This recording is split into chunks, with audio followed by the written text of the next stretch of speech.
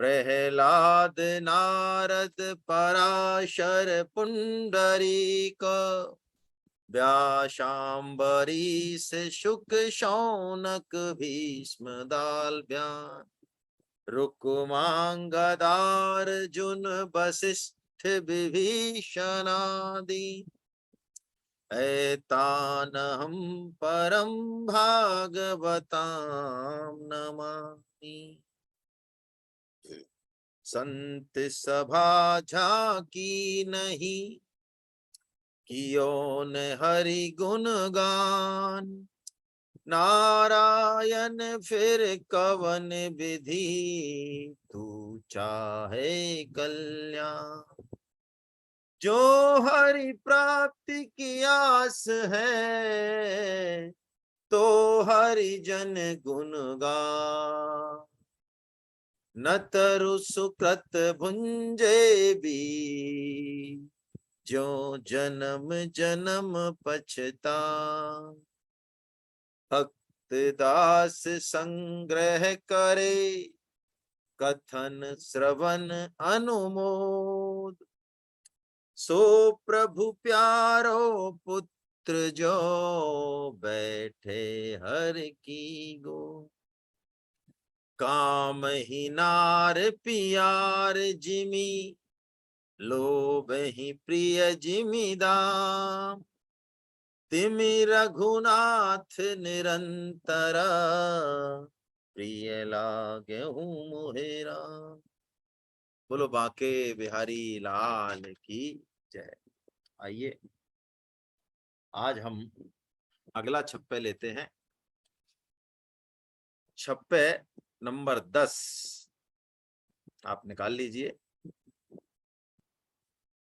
थोड़ा सा वाचन करते हैं, थोड़ा अर्थ समझते हैं। पद पंकज वांछो सदा जिनके हरि नित उर बसे। पद पंकज वांछो सदा उनके चरण कमल में चाहता हूं। वांछो यानी चाहता हूं। नाभाजी कह रहे हैं जिनके हृदय में भगवान हमेशा बसते हैं उनके चरण कमलों की शरण में चाहता हूं। पद पंकज बांछो सदा जिनके हरि नित और बसे। कौन कौन? अब बहुत सारे भक्तों का नाम ले रहे हैं। योगेश्वर श्रुति देव अंग मुचकुंद प्रिय व्रत जेता पृथु परीक्षित शेष सूत सौनक परचेता। योगेश्वर नवयोगीश्वर जो हैं, भागवतम में आया ना राजा जनक का नवयोगीश्वर का संवाद। श्रुतदेव भी भक्त हैं। राजऋषि अंग, मुचकुंद जी, ये धौलपुर में जो मुचकुंद गुफा है भगवान जहां काल यवन को भस्म करते हैं। प्रियव्रत राजा मनु के पुत्र उत्तानपाद प्रियव्रत। पृथु परीक्षित, शेष भगवान, भगवान अनंत जिन पे भगवान विष्णु जो है लेटे हुए हैं। सूत जी महाराज और सौनक जी जो कथा चल रही है, सूत सौनक। और परचेता, परचेता मतलब प्रचेतागण, जो 10 प्रचेतागण हैं। सतरूपा त्रय सुता सुनीति सत ही सब ही मंदालस। यज्ञ पत्नी ब्रजनार किए केशव अपने बस। सतरूपा, मनु और सतरूपा, सतरूपा को नाम लिया है उनकी पत्नी। और त्रय सुता, 3, प्रसूति जी, आकुति जी और देवभूति जी, ये सब हम उन्हीं की संतान हैं। सुता सुनीति और सती, सती भगवान शिव की पत्नी। और मंदालस, मंदालसा बहुत प्यारा चरित्र है इनका भी, मंदालसा का। यज्ञ पत्नी, श्रीमद् भागवतम में ये सारे चरित्र हैं। यज्ञ पत्नी जब भगवान अपने ग्वाल वालों को भेजते हैं, है ना, भोजन लेने के लिए, तो यज्ञ पत्नियां उनको भोजन कराती हैं। ब्रजनारी यानी गोपियां, यज्ञ पत्नी ब्रजनार किए केशव अपने बस। इन सब भक्तों ने भगवान श्री कृष्ण को अपने बस में कर रखा है। ऐसे नर नारी जितई तिन्ही के गाऊं जैसे, पद पंकज वांछो सदा, जिनके हरि नित्य उर बसे, पद पंकज वांछो सदा, जिनके हरि नित्य उर बसे। तो नाभाजी देखिए इस छप्पे में भी बहुत सारे भक्तों की चरण कमल चारे हैं। इससे अगला जो छप्पे आएगा 11, उसमें भी भक्तों के चरण कमल रज चाहेंगे नाभाजी। इसलिए मैंने आपको कहा कि जो गहरे श्रोता हैं, कुछ रसिक श्रोता हैं, वो ही टिक पाएंगे, क्योंकि पहला ये जो भक्तमाल का पहला खंड है, इसमें बहुत पुरातन पुरातन चरित्र हैं। जो आपने सुने हुए नए नए चरित्र वो 2-4 महीने बाद आएंगे, है ना। लेकिन हमने तो ऐसा कुछ संकल्प लिया है कि जैसे जैसे जिस क्रम से भक्तमाल लिखा गया है, हम तो सभी भक्तों का दर्शन करते हुए चलेंगे, है ना। ऐसा कहा गया है कि भाई जब हम मंदिर में दर्शन करने जाते हैं ना, तो वहां ठाकुर जी को बहुत बढ़िया ड्रेस पहना दे, कोई पोशाक धारण करी हो, ठाकुर जी ने बहुत बढ़िया चमकीली और लाइट वाइट लग रही हो, बड़ा भव्य जो है उनका श्रृंगार हो, तो हम कहते हैं कि भाई आज तो बड़ा मजा आ गया ठाकुर जी के दर्शन में, है। और कहीं जागृत ठाकुर जी, जैसे कि सप्त ठाकुर जी वृंदावन में विराजते हैं, ऐसे बहुत सारे जागृत विग्रह हैं भगवान के, जहां पर कोई बहुत ज्यादा आडंबर या इस तरह का लाइट वाइट और इस तरह की चीज नहीं हो, तो वहां दर्शन करके तो मजा जो है उनको ही आएगा जो भगवान के रस को, उस विग्रह के भाव को, उन शुद्ध भक्तों को ही मजा आएगा। हमारे जैसों को तो, जिनको लाइट देख के और पोशाक देख के मजा आता है, वो तो उस मंदिर में जो है ढोक लगाना भी शायद पसंद नहीं करें, है? तो ऐसे ही भक्तों के ये चरित्र हैं। आइए हम एक एक चरित्र को लेते हैं। सबसे पहले श्रुतदेव जी। ये जो योगेश्वर नव योगेश्वर संवाद है, ये श्रीमद् भागवतम में बहुत विस्तार से लिया है, और इसको आगे नाभाजी लेंगे, इसलिए यहाँ नहीं ले रहे, क्योंकि ये बहुत बड़ा संवाद है। यहाँ पे जो है नाभाजी ने इसको छोड़ दिया है, तो हम भी वहीं लेंगे, छप्पे 13 में लेंगे, इसको अभी छोड़ देते हैं। वैसे भी यदि श्रीमद् भागवतम आप में से किसी ने, आप सब सुनते ही हैं, नव योगीश्वर संवाद, जो 9 योगीश्वर हैं, ऋषभ देव जी के 100 पुत्र हैं, उसमें भरत जी हैं, ये नव योगीश्वर हैं, 81 और हैं। तो ये संवाद बहुत विलक्षण है, इतना विलक्षण संवाद है कि पूरी संपूर्ण भागवतम का सार इस संवाद में आ जाता है। माया क्या है, माया का स्वरूप क्या है, माया को जीता कैसे जाता है, भगवान क्या है, भगवान से कैसे भक्ति हो, हमारा कर्तव्य कर्म क्या है इस मनुष्य जन्म में। बहुत ही सभी प्रश्न इतने प्रासंगिक और इतने जबरदस्त हैं, और उन सबके उत्तर भी बड़े बड़े सटीक हैं। तो इसका वर्णन तो हम आगे करेंगे।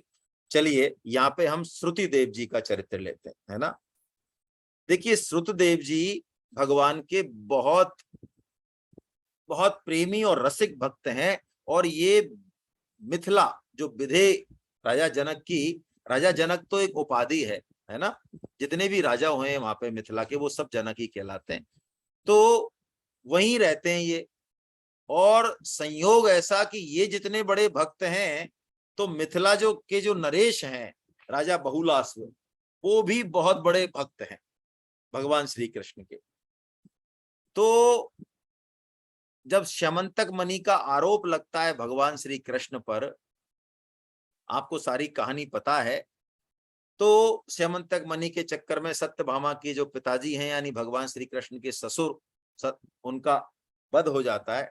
सतधनवा उनका वध करता है, और भगवान श्री कृष्ण अपने आरोप को धोने के लिए पकड़ते हैं सतधनवा को और मार देते हैं। तो बलराम जी इस घटना से क्षुब्ध होकर विदेहराज जनक के यहाँ चले जाते हैं, और भगवान श्री कृष्ण द्वारका लौट जाते हैं।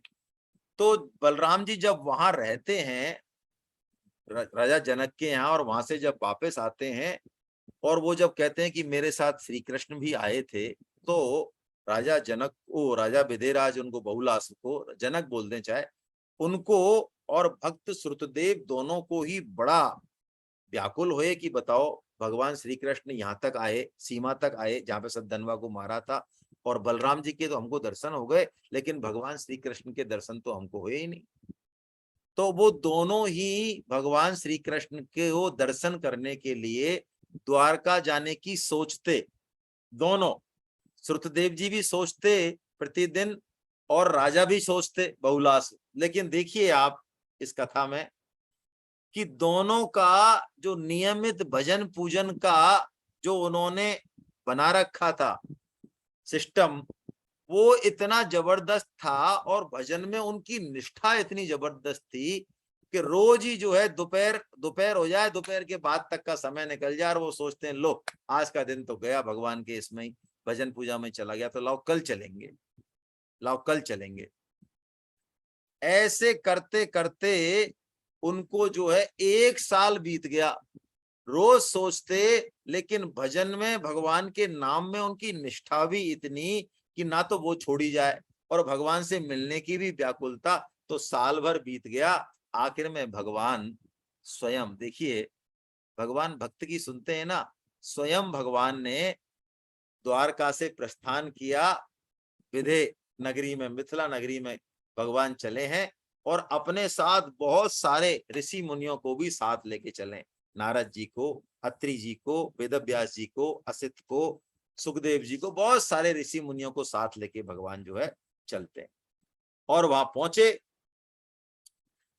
भगवान, तो दोनों बड़े आनंदित हुए, मिले, दर्शन किए, और दोनों ही भगवान के सामने बोल उठे एक साथ हाथ जोड़ के कि महाराज आप पहले जो है हमारे घर को पवित्र कीजिए आप। ऐसे ही तो श्रुतदेव ने कह दिया, और ऐसे ही राजा बहुलास ने कह दिया, और दोनों इतने भाव विभोर हैं कि भगवान जो है किसके यहाँ जाए, जिसके यहाँ जाए वही मुश्किल है ना, किसके यहाँ जाए भगवान पहले। तो भगवान तो सब समस्याओं का हल है उनके पास। भगवान एक ही समय दोनों के घर पधारे, एक ही समय 2 रूप लेके पधारे, और दोनों को ही नहीं पता कि दोनों ये समझ रहे हैं कि मेरे घर पे आए भगवान पहले। तो आइए अब हम इस कवित्त को पढ़ते हैं थोड़ा सा, 73वां जो कवित्त है, इसके साथ थोड़ी सी आगे बढ़ाएंगे इस कथा को। नाभाजी कह रहे हैं, प्रियादास जी, जिनहि के हरि नित्य उर्बस तिनहि की, पद रेनु चैन दैन आभरण कीजिए। आभरणी आभूषण। प्रियादास जी कह रहे हैं कि ऐसे शुद्ध भक्त जिनके हृदय में भगवान श्री हरि बसते हैं, उनकी चरण धूलि को ही अपने मस्तक पर लगा लीजिए, इससे बढ़िया आभूषण और जिंदगी में कोई दुनिया में है नहीं। योगेश्वर आदि रस स्वाद में प्रवीण महा, इन भक्तों का वर्णन कर रहे हैं। विप्रसुति देवता की बात कह दीजिए, कि ये सारे भक्त हैं। अब मैं श्रुतदेव जी की बात कहता हूं, प्रियादास जी कह रहे हैं, क्या कह रहे हैं कि आए हरि घर देखे गयो प्रेम भरी हियो, ऊंचो कर करी पटी फेरी मत भीजिए। जैसे ही श्रुतदेव जी के घर में भगवान पहुंचते हैं, भगवान श्री कृष्ण को आया देखकर श्रुतदेव जी महाराज तो अपनी सुधि बुद्धि भूल गए। भगवान को कुछ नहीं, कोई प्रणाम नहीं, कोई दंडवत नहीं, क्योंकि वो बिल्कुल अपनी देह का अनुसंधान भूल गए, और अपने वस्त्रों को भी ऊंचा कर करके और नाचने लगे बिल्कुल अतिरेक में, कि भगवान जो है आ गए मेरे पास। जब बहुत देर तक वो नाचते रहे, तो भगवान ने जो है थोड़ा सा उनको देह अनुसंधान हुआ, तो उन्होंने फिर थोड़ा चटाई पीढ़ा सारा ये, और भगवान के चरणों का तुलसी दल से, कंद मूल से, फल फूल से, जल वल से उनके चरण वरण धोने लगे। तो भगवान ने इशारा किया। क्या इशारा किया? अरे श्रुतदेव जी, मेरे से भी पहले पूजा इन संतों की करो जो मेरे साथ आए हैं। यदि तुमने इन संतों की पूजा ढंग से कर ली, तो बस मेरी पूजा हो गई ऐसा मान लेना, है ना। मोते संत अधिक कर लेखा, है ना। क्यों? भगवान कहते हैं कि देवता हो, चाहे तीर्थ हो, चाहे और चीज हो, वो तो धीरे धीरे बहुत दिन में हमारे अंतःकरण को शुद्ध करते हैं, लेकिन ये संत पुरुष तो अपनी दिव्य दृष्टि से क्षण मात्र में ही सबको पवित्र करने की शक्ति होती है। तीर्थों में भी जो तीर्थत्व होता है, तीर्थों में जो हमें शांति मिलती है, वो भी उन संतों के कारण ही है कि वहां पे संत विराजमान है। तभी तो तुलसीदास जी कहते हैं, मोरे मन प्रभु अस बिस भासा, राम ते अधिक राम कर थासा। तो यही बात प्रियादास जी कह रहे हैं कि जित साधु संग तिन बिन न प्रसंग कियो। उनकी तो उन्होंने देहानुसंधान नहीं रहा ना, तो कुछ ध्यान नहीं रहा उनको। कियो उपदेश मुसो बाढ़ पाव लीजिए। भगवान श्री कृष्ण कह रहे हैं कि पहले तुम मेरे से अधिक इनकी पूजा अर्चना करो। और कहा जाता है कि यदि हमारे घर वैष्णव आए, अतिथि आए, कोई भक्त आए, तो घर पे खड़े खड़े ही उनका स्वागत नहीं करना चाहिए। ऐसा कहा गया है कि 10-20 कदम चल के आगे जाना चाहिए और उनको लाना चाहिए साथ में, है ना। बाढ़ पाँव लीजिए का मतलब यही है। अब देखिए यहाँ पे प्रियादास जी कह रहे हैं कि उन्होंने, श्रुतदेव जी ने जो ऋषियों का, संतों का जो पूजा अर्चन नहीं किया, इसमें उनका कोई दोष नहीं है। वास्तव में वो भगवान के प्रेम में इतने मगन हो गए कि उनको अपनी देह का अनुसंधान भी नहीं हुआ, है ना। तो भगवान जो है ऐसे ही बहुलास के यहाँ गए और सुतदेव जी के यहाँ गए। दोनों ही भक्तों ने जो है भगवान की और भगवान के साथ आए हुए संतों की बड़ी श्रद्धा से पूजा अर्चना की, भोग लगाया, भोग उनको पवाया और भगवान ने उनकी सब इच्छाएं पूरी की। और अंत में भगवान जो है उनको परम गति देके और द्वारका धाम पधारे। अब राजऋषि अंग का चरित्र देखिए। राजऋषि अंग के चरित्र में जो खास बात है वो ये है, 3 ऐशनाएं होती हैं जिन पर हम फंस जाते हैं, सब कुछ जानते पूछते हुए भी। पुत्रैषणा बहुत गहरी है, बहुत गहरी है, यानी ममता। वित्तैषणा धन की छूट जाती है ये तो, लेकिन फिर भी काफी है। और लोकेशना, लोकेशना यानी मान बढ़ाई की इच्छा, संसार से मान बढ़ाई की इच्छा, या अध्यात्म में आ गए तो अध्यात्म में जो हमसे आगे हैं संत सदगुरु, वो हमारी बढ़ाई करें, ऐसी भी इच्छा रहती है।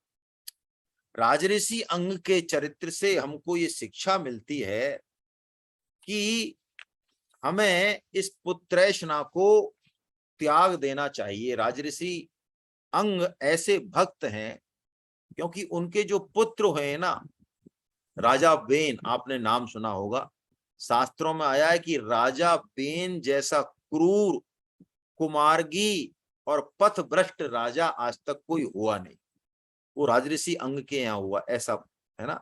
ये भागवतम में कथा है, यहाँ बहुत शॉर्ट में लेंगे।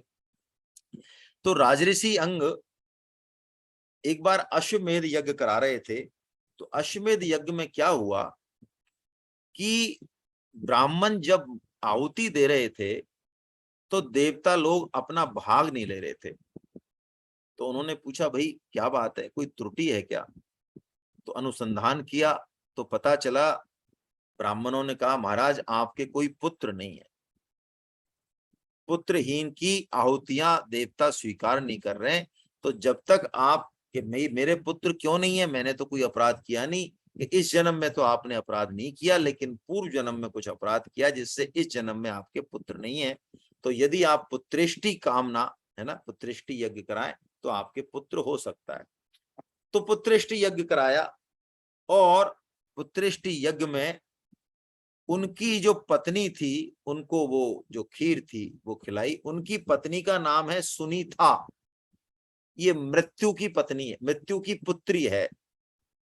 तो उससे, सुनीता से जो पुत्र हुआ, वो बेन हुआ और उसने सारे लक्षण अपने नाना के लिए, यानी बचपन से ही वो पशु तो क्या, पक्षी तो क्या, मनुष्यों की दृष्टि मात्र से छोटी मोटी हरकतों से जान ले लेता, प्राण ही निकाल लेता उनके, और किसी भी तरह की उसके मन में कोई ग्लानि नहीं रहती। ऐसा क्रूर कर्मा ये बैन हुआ। राजऋषि अंग ने बहुत समझाया, लेकिन बैन के उसमें कोई भी फर्क नहीं पड़ा। तो देखिए, अब यहाँ पे राजऋषि जो भक्त होते हैं उनमें ये क्वालिटी होती है। हम में ये पुत्रैषणा छोड़ी नहीं जाती आसानी से, लेकिन राजऋषि अंग ने जब सब कुछ कर लिया, तो जैसे कि दुर्योधन के लिए विदुर जी ने कहा था ना धृतराष्ट्र को कि महाराज ये कुल का कलंक है, ये सर्वनाश करा देगा इस कुरु वंश का, इसको त्याग दीजिए। भरी सभा में ऐसा कहा था विदुर जी ने। इतनी स्पष्ट चेतावनी के बाद भी धृतराष्ट्र ने दुर्योधन को त्यागा नहीं।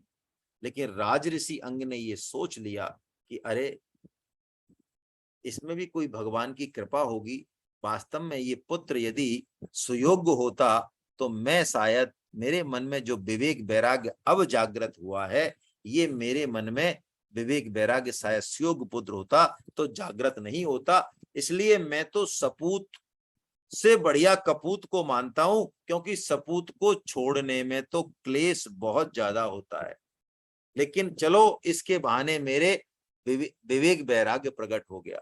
पूत कपूत तो क्यों धन संचय, और पूत सपूत तो क्यों धन संचय। ऐसे करके राजऋषि अंग जो है वो चले गए और उन्होंने भगवान की प्राप्ति की। छोटे छोटे चरित्र हैं भाई, है ना, हम बस दर्शन करते हुए चल रहे हैं, हल्के हल्के हल्के हल्के। बड़ा चरित्र नहीं है, बड़ा चरित्र आगे आएगा। अब अगला चरित्र है मुचकुंद जी। हम छोटे छोटे चरित्रों से छोटी छोटी बातें ग्रहण करते चलें। मुचकुंद जी का जो चरित्र है ना, ये सतयुग में हुए हैं। मुचकुंद जी इक्ष्वाकु वंश के हैं, राजा मानदत्ता के पुत्र हैं। ये मुचकुंद जी बहुत बड़े ब्राह्मण भक्त महाप्रतापी राजा थे। एक बार क्या हुआ, देवताओं को जरूरत पड़ी राक्षसों युद्ध में, तो मुचकुंद जी ने देवताओं की बहुत समय तक सहायता की। बहुत लंबे समय तक मुचकुंद जी ने देवताओं की सहायता की। बाद में देवताओं को भगवान शिव के जो पुत्र हैं स्वामी कार्तिकेय जी, वो आ गए। उन्होंने कहा अब मैं संभाल लूंगा। तो मुचकुंद जी से देवताओं ने कहा महाराज आपका बहुत बहुत धन्यवाद, अब आप जो है, आप यदि जाना चाहें तो पधारें। तो मुचकुंद जी को उन्होंने बताया कि देखो आपको बहुत समय हो गया यहाँ युद्ध करते करते, इसलिए आपके पीछे से जितना भी आपका कुल परिवार था, राज था, वो सब खत्म हो गया है।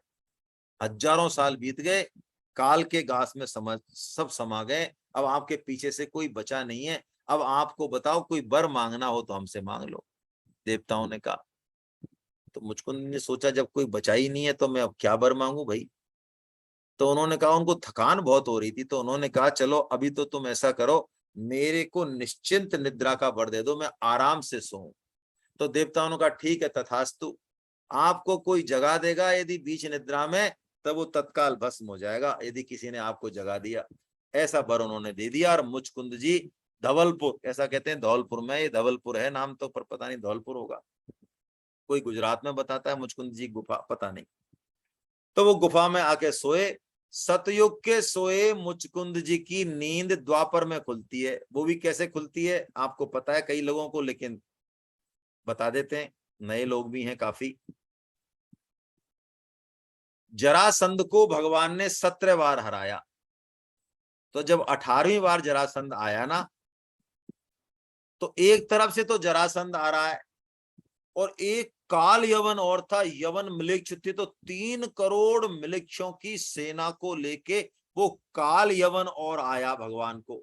क्योंकि काल यवन को कह दिया कि भैया तेरे बराबर की टक्कर का यदि कोई है ना, तेरे को लड़ना है, तो वो एक भगवान श्री कृष्ण ही है, ऐसा जो है। और काल यवन ढूंढ रहा था कि कोई हो ऐसा जिससे मैं टक्कर ले सकूं। तो काल यवन आया और इधर से जरासंध आया। तो भगवान ने देख लिया कि अब तो ये मथुरा नगरी बचने वाली नहीं है। तो भगवान ने अपनी योग माया से विश्वकर्मा को बुलाया और द्वारका में, समुद्र के बीच में द्वारका का निर्माण किया और अपने स्वजनों को और प्रजा को तो वहां पहुंचा दिया। और भगवान मेन जो मथुरा के राजमहल का जो मेन गेट था, मुख्य दरवाजा, उससे अकेले निकले पैदल, और वो भी शस्त्र रहित। काल यवन ने देखा, अरे इनके पास इतनी बड़ी सेना होते हुए ये पैदल आ रहे हैं और शस्त्र भी नहीं है। तो काल यवन भी अपनी सेना को रोका। काल यवन ने, रुको भाई, युद्ध का नियम है, मैं भी पैदल जाऊंगा और बिना शस्त्र के जाऊंगा। काल यवन इधर से आया, भगवान श्री कृष्ण इधर से आए। जैसे ही वो पास में आए, युद्ध होता इससे पहले भगवान श्री कृष्ण जो है एकदम से भाग लिए।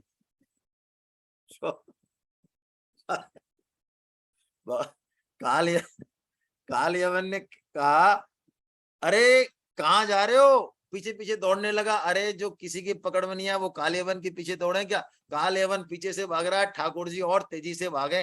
काल यवन कह रहा है, अरे तुम क्या डरपोक हो क्या? ऐसे युद्ध छोड़कर भागना उचित नहीं है। तुम कैसे वीर हो? हमने तुम्हारा। तो श्री कृष्ण भगवान भगते भगते बोले, देखो भाई, हम तो ऐसे ही वीर हैं, है ना, हमें हम तो ऐसे ही हैं। तुम चले आओ, तुम्हें दौड़ लगानी है, हम भग रहे हैं, हमें पकड़ लो तुम। ऐसे करके भगवान का रणछोड़ दास नाम यहीं से हुआ, ऐसी घटना से। भगवान ने युद्ध नहीं लड़ा, भगवान उड्डी लगा के भग लिए। और दौड़ते दौड़ते दौड़ते दौड़ते काल यवन पीछे पीछे पीछे, भगवान वही मुचकुंद जिस गुफा में सोए हुए थे वहां भगवान पहुंच गए। और जो मुचकुंद सोए हुए थे गुफा में, उनको अपना पीतांबर जो है उन्होंने उड़ा दिया और वहीं चुपके से खड़े हो गए इस गुफा में। जैसे ही काल यवन आया उस गुफा में, तो पीतांबर की चमक चमक देखी उसने, और उन्होंने कहा, देखो डरपोक, मेरे डर के मारे इस गुफा में छुप गया है और सो रहा है पीतांबर ओढ़ के। उसने एक मारी लात उसको, सोते हुए मुचकुंद जी को, और लात के मारे जैसे ही मुचकुंद जी की आंख खुली, उन्होंने सबसे पहले काल यवन को देखा और काल यवन जो है भस्म है।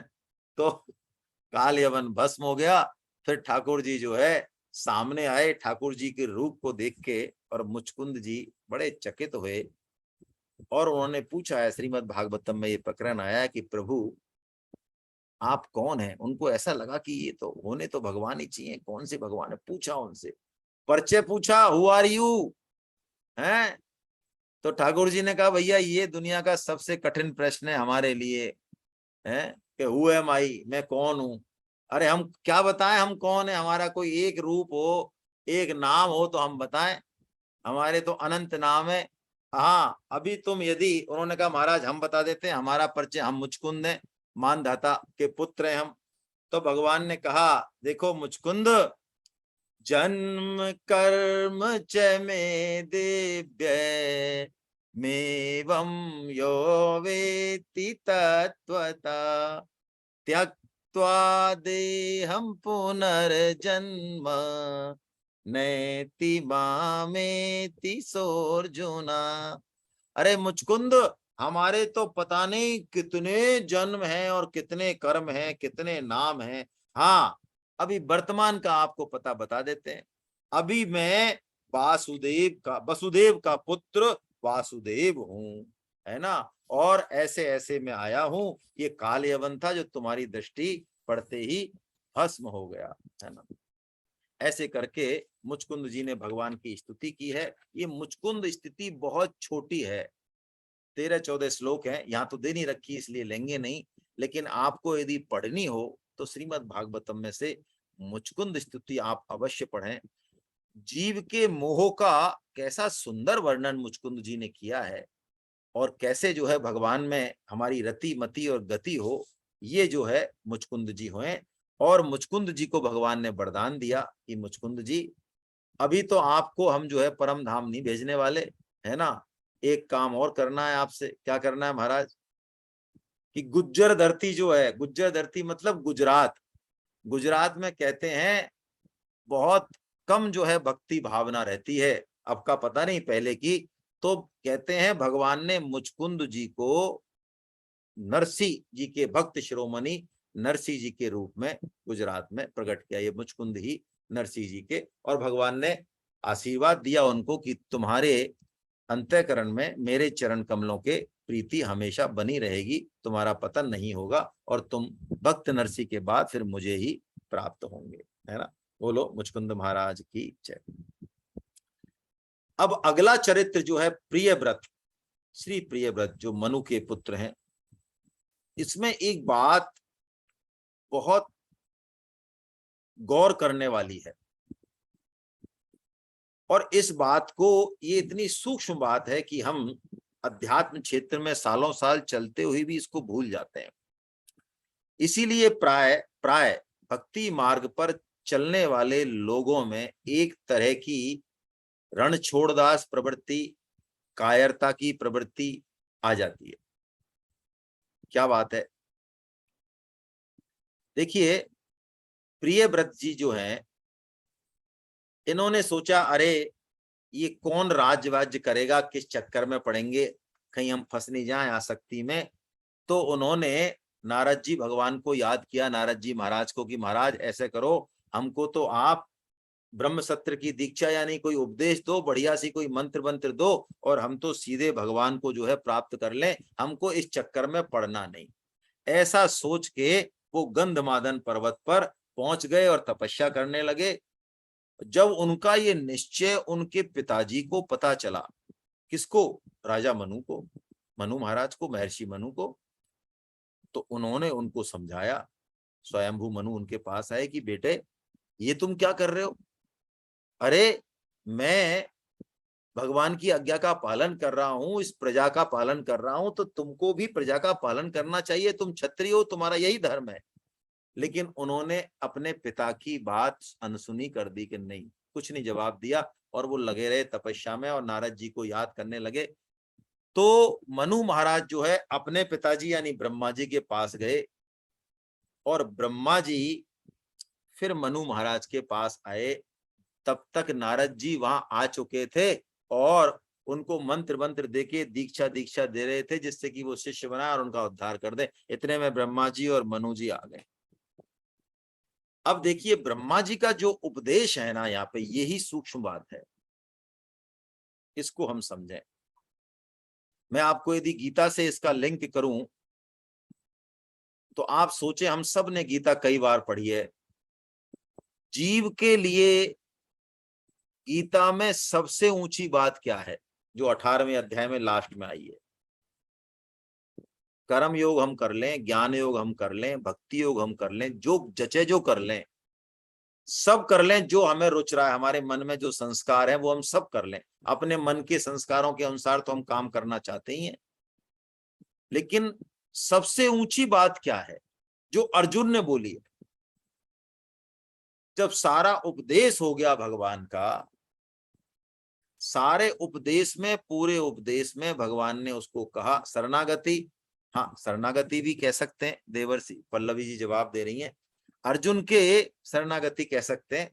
अर्जुन को भगवान पूरी गीता में युद्ध कर युद्ध कर युद्ध कर युद्ध कर यही कहते हैं, लेकिन जब गीता को पूर्ण कर देते हैं भगवान और अर्जुन से पूछते हैं, बता भाई तेरे क्या समझ में आया, तो अर्जुन जो बोलते हैं वो कहते हैं, प्रभु समझ में सब कुछ आ गया, मोह नष्ट हो गया। अच्छा, मोह नष्ट हो गया तेरा, कैसे मानूं मैं, क्या कसौटी है मोह नष्ट होने की, अब क्या करोगे तुम। तो अर्जुन कहते हैं, करिष्ये वचनम तवा, हे प्रभु अब मैं वो करूंगा जो आप कहेंगे।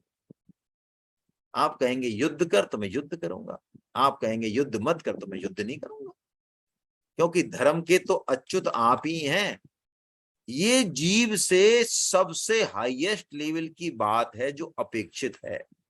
हम लोग प्राय अपने मन बुद्धि को सुख देने के लिए जो हमसे अपेक्षित है देश काल परिस्थिति के अनुसार वो नहीं करना चाहते, जिसमें हमको सुख मिलता है हम वही करना चाहते।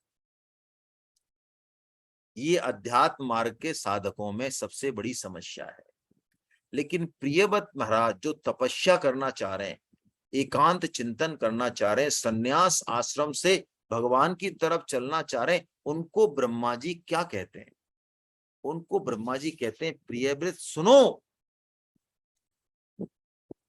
मैं खुद, अरे मैं क्या, भगवान शिव, महादेव जी, देवादिदेव महादेव जी, ये तुम्हारे पिता मनु जी, और ये जो तुमको दीक्षा देने के लिए बैठे हैं ना, ये मेरे पुत्री हैं। कौन? ये तुम्हारे गुरु नारद जी। ये सब जो है भगवान की आज्ञा का पालन करते हैं। और कैसे करते हैं? जैसे बैल के वो बंधी रहती है ना, ऊंट की या बैल के नाक में क्या बंधी रहती है? नथ, वो, हाँ, क्या रस्सी बंधी रहती है, तो जिधर खींचते हैं उधर ही मुड़ता है, ऐसे नकेल। तो ऐसे जो है नकेल की तरह भगवान की आज्ञा के हम सब विवश होकर उसका पालन करते हैं। और तुम्हारे विश्वास नहीं आओ तो तुम्हारे गुरुजी से पूछो, पूछो भाई, तुम्हारे गुरुजी तुम्हारे सामने बैठे जिन पे तुम्हें बहुत विश्वास है। तो नारद जी अब क्या कहें भाई, ब्रह्मा जी के सामने क्या कहें, बात तो वो सही कह रहे हैं। ब्रह्मा जी कहते हैं, राम रजाई मेट मन माही, देखा सुना कतऊ कोई नाही। राम रजाई, रजाई का मतलब आज्ञा, उनकी इच्छा, वो वाली रजाई नहीं है ये। राम रजाई मेटी मन माही, देखा सुना कतऊ को नाही। राम रजाई शीस सब ही के, उत्पत्ति स्थिति लय विसहु अमी के। अरे भगवान एक नट की तरह ये उत्पत्ति सृष्टि संहार कर विचार जी देखे उन्हीं के, राम रजाई शीस सब ही के। इसलिए तुम इस समय भगवान की आज्ञा का पालन करो। और देखिए, भगवान की आज्ञा का पालन यदि विवेक से करेंगे हम, तो बात बहुत अलग हो जाएगी। भक्त कहलाएंगे, भगवान के प्यारे हो जाएंगे। नहीं तो भगवान कहते हैं, तू मेरी बात नहीं मानेगा ना, तो देख ये मेरी माया है ना, जैसे नट घुमाता है ना कठपुतलियों को, ऐसे ये मेरी माया अलग अलग रूपों में तुझे घुमाएगी। तुलसीदास जी ने लिख दिया ना, नारी विवश नर सकल गोसाई, और नाचही नट मर खटकी। तो ये माया जो है, यानी कौन कौन से रूपों में आती है? नारी, पुरुष, धन, वैभव, ऐश्वर्य, मान, बड़ाई, और हम नचते रहते हैं, नचते रहते हैं। इसलिए उन्होंने कहा, ब्रह्मा जी ने, सुनो प्रियव्रत, ग्रस्त धर्म तो एक किले में जैसे हम यदि रह के लड़ाई करें तो बहुत सुरक्षित रह के लड़ाई करते हैं, हमारे जीतने की संभावनाएं बहुत ज्यादा रहती हैं। क्यों? हम हाइट पे हैं, पूरा चाक चौबंद हैं। तो ग्रस्त आश्रम में रहना मानो किले की लड़ाई है। आप देखिए, इस बात को महसूस कीजिए कि काम जो सेनापति है सभी दुर्गुणों का, उससे लड़ाई लड़ना गृहस्थ के लिए बहुत सरल है। लेकिन एकांत हो और अकेले हो हम, और हमारी वैराग्य जो है परिपक्व नहीं हुआ हो, काम वासना अंदर हो, और हम संन्यास ले लें, तो जितना ज्यादा पतन होगा उसकी कोई कह नहीं सकता। इसलिए उन्होंने कहा, तुम जाके भोगों को भोगो और फिर अपना कर्तव्य कर्म करके फिर तुम जो है भगवान की आराधना करना, उसमें कोई दिक्कत नहीं है ना। अरे राग द्वेषे वियुक्त स्तु विषयानि इंद्रिय चरण, आत्मवश्य विधे आत्मा प्रसादम अधिगच्छति, कहते हैं ना भगवान 2.64 में। जिसमें राग और द्वेष नहीं है ना, उसको भोगों में वो रह के भी बिल्कुल कमल के पत्ते की तरह निर्लिप्त ही रहता है। हम नहीं समझ सकते उसकी गति, वही समझ सकता है जिसकी ऐसी स्थिति है। मुझे एक कहानी याद आ गई, चलिए मैं सुना देता हूं। आपने सुनी नहीं है शायद पहले कभी, अचानक याद आई मुझे। पुंडरीक विद्यानिधि चैतन्य महाप्रभु जी के बहुत बहुत रसिक भक्त हैं। लेकिन देखिए, पुंडरीक विद्यानिधि बहुत संपन्न घर के हैं, और आप उनका पहनावा देखें, उनका कुर्ता बिल्कुल सफेद लकझक, सोने की मोटी मोटी चैन, हाथ में चैन, बाजूबंद में चैन, मुंह में पान की पीक बहुत बढ़िया खुशबू वाली, बालों में केश वेश इत्र वित्र, और पूरा श्रृंगार करके मसंद जहां बैठते हैं वो भी सफेद जग, और घर में सारे ऐश्वर्य के साधन। आहा, मजाल है जो इतनी सी भी कोई चीज उनकी यहाँ बेकार हो। ऐसे ऐसे राजा महाराजाओं के ठाठ उनके। चैतन्य महाप्रभु जी एक दिन उनके घर जाते हैं और साथ में स्वरूप दामोदर जी को ले जाते हैं, और मुकुंद जी तो उनके सेवक हैं, वो तो साथ रहते ही हैं। बड़े प्रेम से मिलते हैं दोनों, और उनके हाव भाव देख के, रंग ढंग देख के, स्वरूप दामोदर जो कि बहुत बड़े भक्त हैं, वो सोचते हैं अरे ये आज महाप्रभु जी को क्या हो गया, कैसे कैसे विषयी आदमी के घर हमें ले आए बताओ। इसकी हर बात में, हर चीज में, हर खाने में, पीने में, यहाँ कहीं कोई सन्यासी वाला, कोई वैष्णव बाना तो दिखता ही नहीं है। इसके तो सोने से लगधग हो रहा है मामला। जैसे ही स्वरूप दामोदर जी के मन में ये भाव आया, चैतन्य महाप्रभु जी ने मुकुंद जी को कहा, मुकुंद जरा भागवतम का वो श्लोक सुनाओ। वो श्लोक कौन सा श्लोक? जब पूतना जी को, पूतना जाती है और भगवान को दूध पिलाती है, और तब सुखदेव जी कहते हैं, अहो बकीयम स्तन कालकूटम, अहो बकीयम स्तन कालकूटम। अरे मैं तो भूल गया भाई। लेभे गतिम धात्र्योच्यताम कंबा दयालुम शरणम ब्रजेमा। एक चरण भूल रहा हूं भाई। जैसे ही वो श्लोक है कि कंबा दयालु, अरे जिसने अपने को जहर पिलाने वाली पूतना राक्षसनी को अपनी माता की गति दे दी, उनके समान ऐसा दयालु और कौन होगा। ये श्लोक का सुनना था कि पुंडरीक विद्यानिधि जी जो उस पर बैठे थे तखत पे, वो उनके शरीर में अष्ट विकार प्रकट हो गए भगवान की इस भगवत्ता को, इस प्रेम को देख के, और वो लुढ़क पड़े, गिर पड़े, बेहोश हो गए, मूर्छित। बड़ी मुश्किल से उनको जगाया, तो फिर हा कृष्ण, हा कृष्ण, हा कृष्ण। अष्ट विकार उनके शरीर में रुक नहीं रहे। उनकी हालत देख के स्वरूप दामोदर जी अचंभित रह गए कि ये इतने बड़े भक्त, इन्होंने अपने इस राग और भोग को इस ऐश्वर्य में छुपा रखा है। ओहो। जब चैतन्य महाप्रभु ने कहा, स्वरूप राग द्वेषे व्यक्तिस्तु विषयानि इंद्रिय शरण, जो इस स्तर का भक्त है वो रात और दिन भोगों में उसको रहना भी पड़े तो भी उसको कोई करता। यही ब्रह्मा जी ने कहा प्रियव्रत को, तुम क्यों डरते हो इन परिवार के भोगों से। जिंघासया, वाह, ये कौन बता रहे हैं? देवी साय गुप्ता जी। जिंघासया पाय ददप्य साध्वी। हाँ, ये चरण छूट गया भाई हैं। अहो वकीयम स्तन कालकूटम जिंघासया पाय दप्य साध्वी, लेभे गतिम धात्र्योचिताम कंबा दयालु शरणम ब्रजेम। वाह, कैसा प्यारा श्लोक है। तो प्रियव्रत जी बहुत जबरदस्त राजा हुए। कहते हैं इनके समान तो कोई राजा हुआ ही नहीं। ये 7 समुद्र जो बने हैं ना, कहते हैं इनकी रथ की लीक से बने। एक बार इन्होंने कहा भगवान सूर्य को देख के, अरे कि तुम 12 घंटे ही उजाला करते हो, 12 घंटे रात्रि रहती है, बताओ मैं जो है 24 घंटे उजाला करता हूँ। इन्होंने एक ऐसा दिव्य जो है रथ लिया और उस पर चढ़ गए, और भगवान सूर्य के समान वेगवान होके ठहरने लगे। तब लोगों ने, ब्रह्मा जी ने, सबने समझाया, अरे महाराज डटो तो सही, ये 12 घंटे की रात्रि भी जरूरी है और 12 घंटे का सूर्य भी जरूरी है। तो कहते हैं प्रियव्रत जी जैसे जो है, उनके जैसा चरित्र किसी और का नहीं है। प्रियव्रत जी ऐसे राजा हुए हैं, और बाद में अपने पुत्रों को सारी पृथ्वी का राज देके और भगवान को अपने हृदय में धारण करके उन्होंने परम गति प्राप्त की। अब आगे हम श्री शेष जी का चरित्र लेते हैं। श्री शेष, जिनको भगवान अनंत कहते हैं, जिन पर भगवान विष्णु, बहुत तेज बारिश आ रही है भाई, लेट, और आवाज भी आ रही है, आपको पता नहीं, बहुत तेज आवाज हो रही है। या तो आपको आवाज साफ सुनाई दे रही है कि नहीं सुनाई दे रही है, पता नहीं। तो भगवान शेष के चरित्र में 2 चीजें, देखिए इन चरित्रों से हम कुछ कुछ चीजें देखते जाएं बस, है ना। भगवान शेष के चरित्र में 2 चीजें बहुत महत्वपूर्ण है भाई। क्या है कि एक तो ये भगवान के बहुत बड़े नाम के जापक हैं, नाम में इनको इतना रस है कि आप पूछो मत।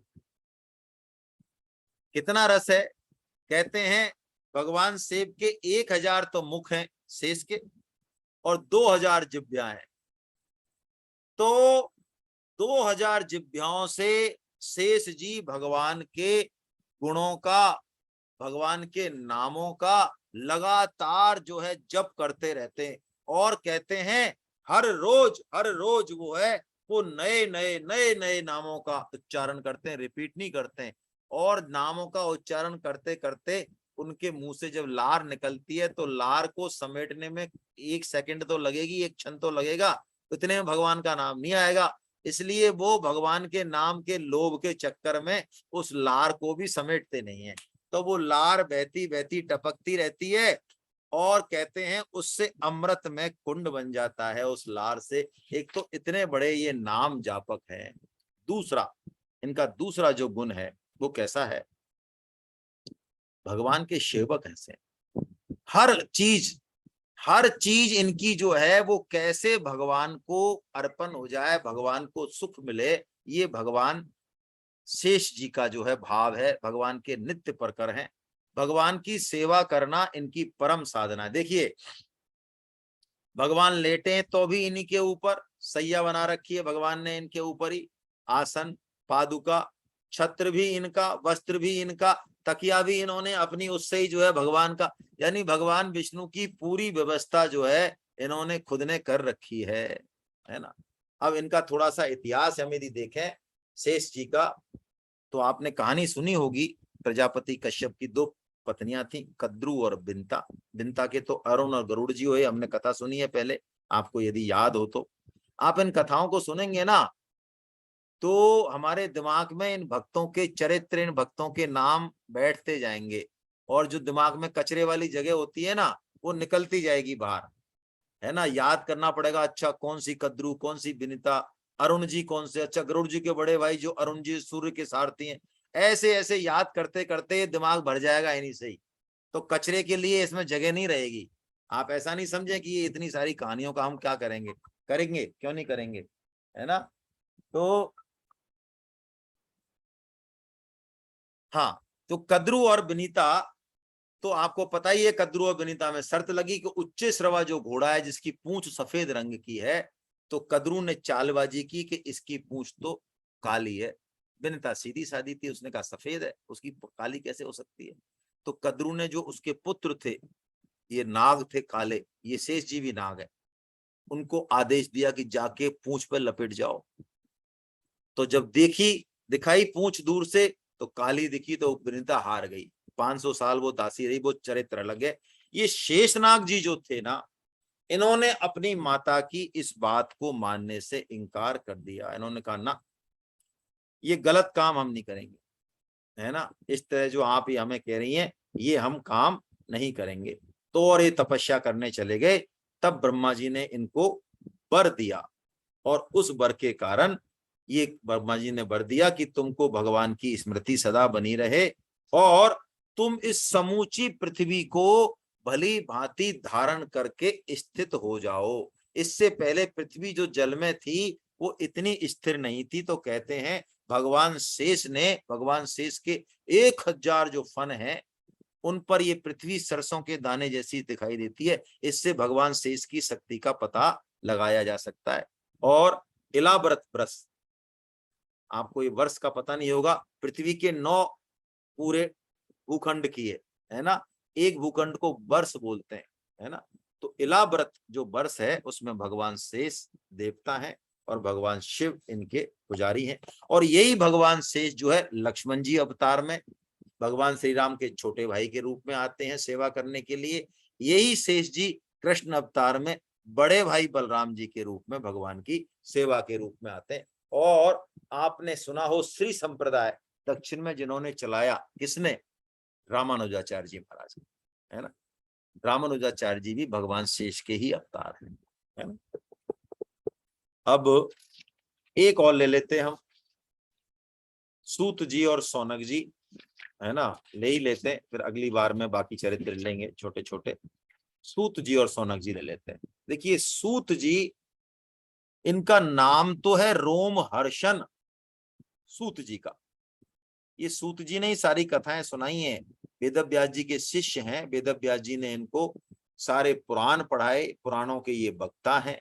और आप श्रीमद् भागवतम में देखते होंगे 88,000 जो शौनक ऋषि हैं वो सूत जी से ही कहते हैं, हे प्रभु आपका ज्ञान अंधकार को नष्ट करने वाले सूर्य के समान है, इसलिए आप हमको भगवान के उस कथा को, जो कि कानों को अमृत देने वाली है, उस कथा को सुनाइए। तो सूत जी कथा सुनाते हैं।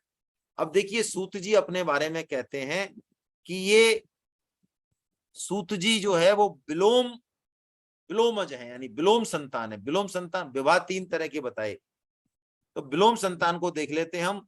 जब स्त्री ऊंचे कुल की हो और पुरुष नीचे कुल का हो तो विलोमज संतान कहलाती है। अनुलोम संतान में तो पुरुष ऊंचे कुल का हो सकता है, स्त्री नीचे कुल की।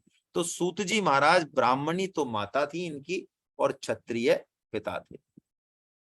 अब नैमिसारण्य में आपने श्रीमद् भागवतम में पढ़ा हो, देखिए श्रीमद् भागवतम और भक्तमाल ये दोनों लगभग लगभग एक ही है। यदि आपने श्रीमद् भागवतम का अध्ययन बहुत अच्छे से किया है तो आपको भक्तमाल में काफी कथाएं जो है जानी पहचानी लगेंगी, उनमें ज्यादा रस आएगा।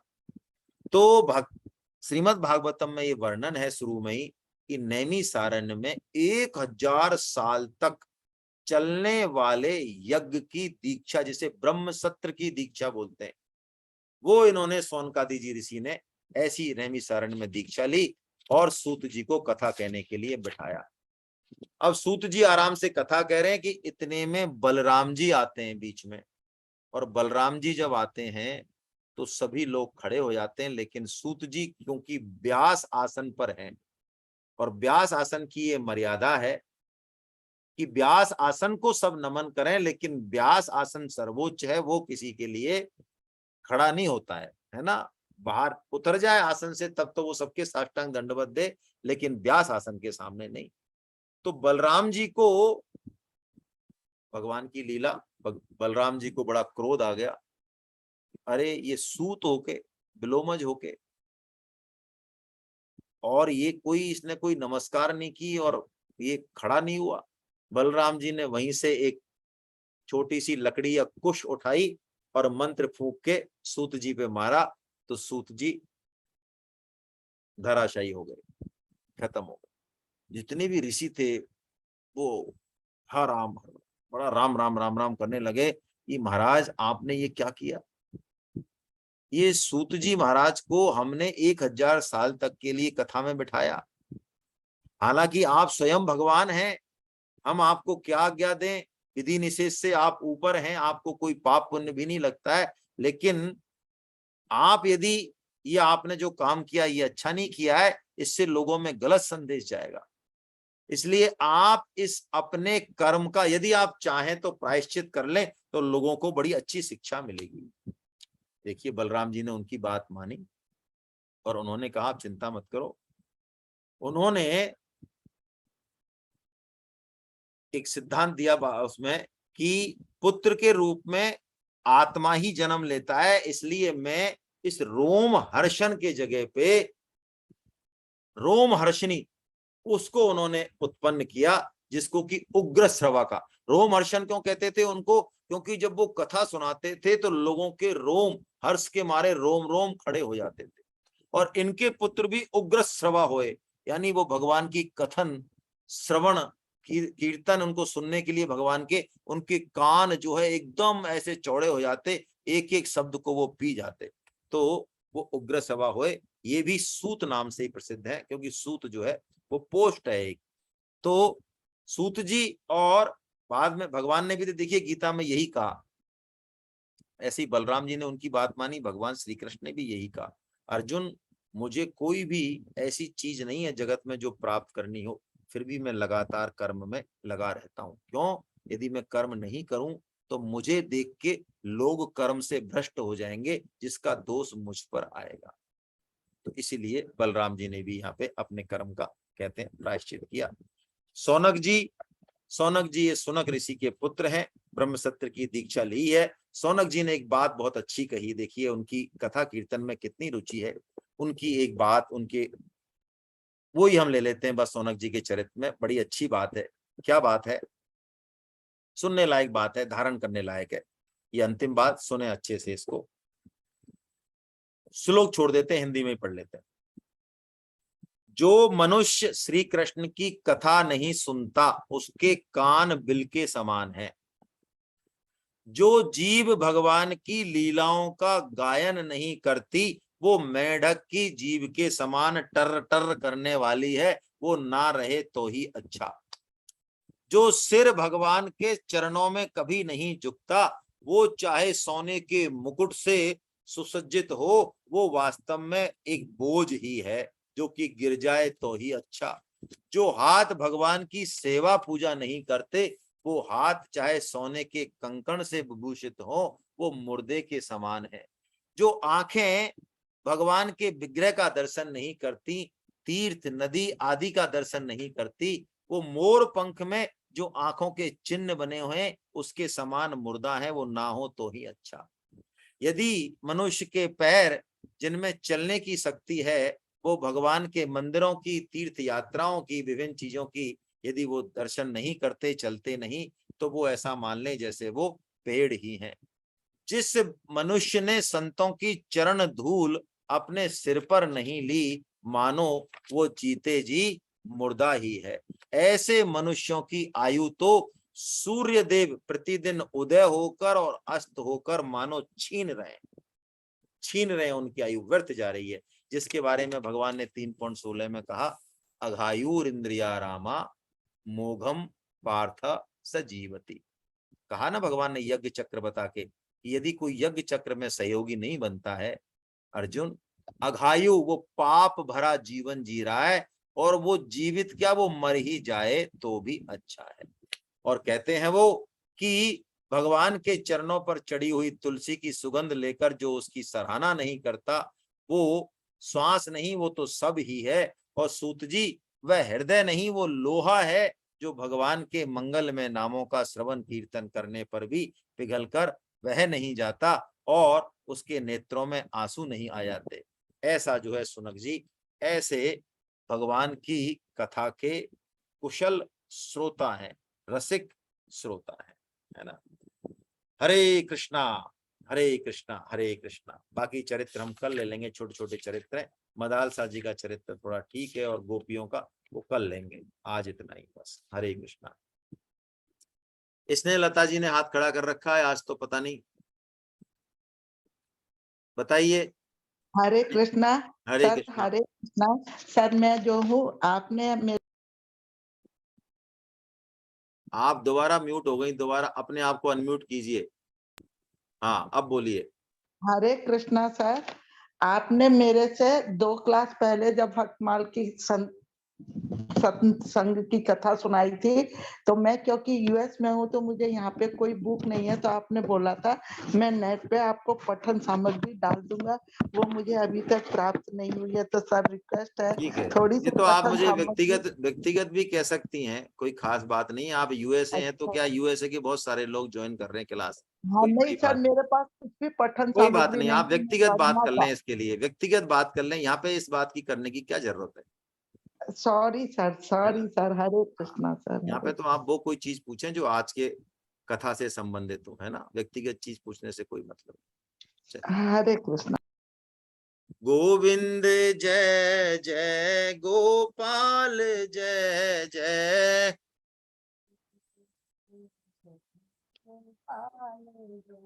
जय राधा रमण हरि गोविंद जय जय राम। रमण हरि गोविंद जय जय।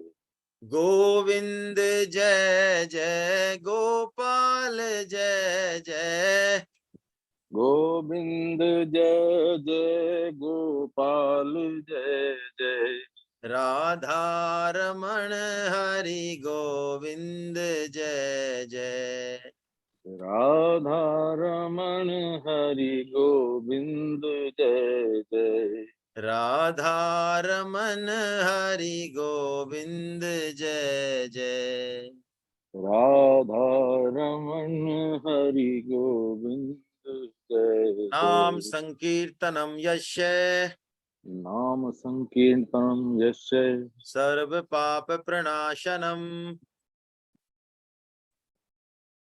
प्रणामो दुख समनस्तम नमामि हरिम परम।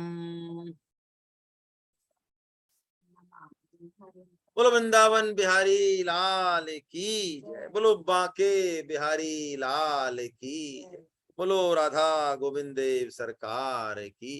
अर्जुन के सखा भगवान श्री कृष्ण की, मीरा के गिरधर नागर की, सूर के घनश्याम की, बृषभानु सुता राधा रानी की, मर्यादा पुरुषोत्तम भगवान श्री राम की, जानकी माता की, गौ माता की, धरती माता की, साधक संजीवनी की, श्रीमद् भागवत महापुराण की, श्री श्री भक्तमाल की, सब संतों की, सब भक्तों की, अनंत कोटि वैष्णव वृंद की, आज के आनंद की जय। हरि बोल हरि बोल। आप सभी के वैष्णवों के चरणों में बारंबार दंडवत प्रणाम। कल हम फिर मिलते हैं। हरे कृष्णा हरे कृष्णा हरे कृष्णा हरे कृष्णा हरे कृष्णा। महावीर बंसल साहब कुछ कहना चाह रहे हैं? अच्छा सॉरी, हाँ सर। हरे कृष्णा सर। हरे कृष्णा। मैं ये कह रहा था कि गीता सेवा ऐप है सर मोबाइल में, हाँ, उसमें गीता सब किताबें सेवा है। उपलब्ध है। हाँ, उसमें सारी सारी बुक। किताबें उपलब्ध हैं। बिल्कुल सही हाँ कह। मैं तो बहुत यूज करता हूँ सर उसको। सब में स्वामी जी के सत्संग तो है, ऑडियो है। इसने लता जी सुन रही हो तो गीता सेवा ऐप हम डाउनलोड कर लें। उसमें स्वामी जी, सेठ जी और भाई जी की सभी किताबें। और मुझे तो आज दर्शन हो रहे, मैं बात भी करना चाह रहा था। शिवदत्त गौड़ साहब, अपने आप को अनम्यूट करें सर। धन्यवाद साहब, धन्यवाद। क्या बात है, आज तो आपके 10-12 साल बाद। जय हो जय आप। हो, जय हो। जगन्नाथपुरी सर अपन साथ साथ गए थे, याद है आपको? बहुत ध्यान है मेरे को, पूरा पूरा ध्यान है आपका। और क्या। वाह साहब वाह, वाह साहब। धन्यवाद साहब, बहुत तब के दर्शन अपने आज हुए हैं। मेरे को तो अचानक दिखे हो आप। जय हो, प्रणाम आपको, कोटि कोटि वंदन। आपको सुन रहे हैं हम, इसलिए मैं आपको अरे डिस्टर्ब महाराज, नहीं करते। कैसी बात कर रहे हो आप। आप ताहिल साहब जैसे ही हैं मेरे लिए, तो कैसी बात कर रहे हैं आप। प्रणाम प्रणाम आपकी बहुत याद आती है, बहुत याद आती है आपकी। प्रणाम फिर मिलेंगे। प्रणाम। हरे कृष्ण हरे कृष्ण हरे कृष्ण धन्यवाद। हरे कृष्ण।